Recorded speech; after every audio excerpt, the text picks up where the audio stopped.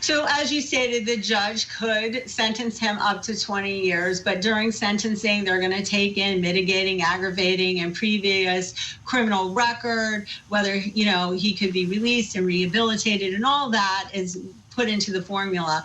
So yes, the judge could give him the 20 years, but he is going to take into consideration the fact that he has no previous record, so he could get much less. This is direct examination. You cannot lead a witness. But it's almost like, to me, the prosecutor's fallen into a bad habit because she's dealing with a pro se defendant who doesn't know to object. Every single question almost is leading.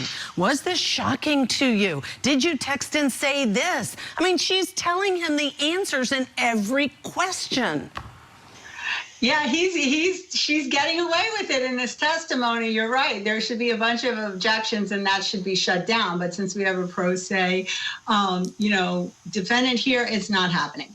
But yeah, talk about a dysfunctional family. That's for sure.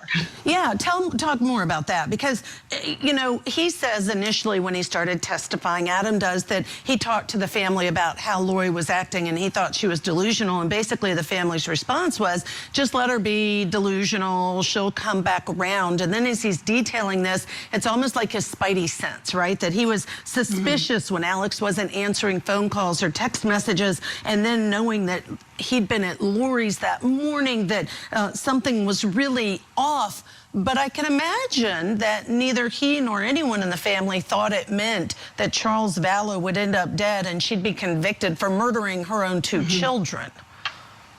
Yeah, exactly. I mean, the fact that they thought she was delusional, or even indicating she's delusional, does not mean that we thought that she was a danger to herself, danger to her husband, a danger to her children. I mean, that is a jump. So, I mean, but it is interesting that the one brother did think something was up. I don't think that thinking something up was meaning that somebody was going to ultimately die. But it seems that they're really, really trying to do their best. They're talking about this intervention. I mean, with an adult who you think has mental health issues, it is a difficult thing to deal with and try to get them help if they don't want help.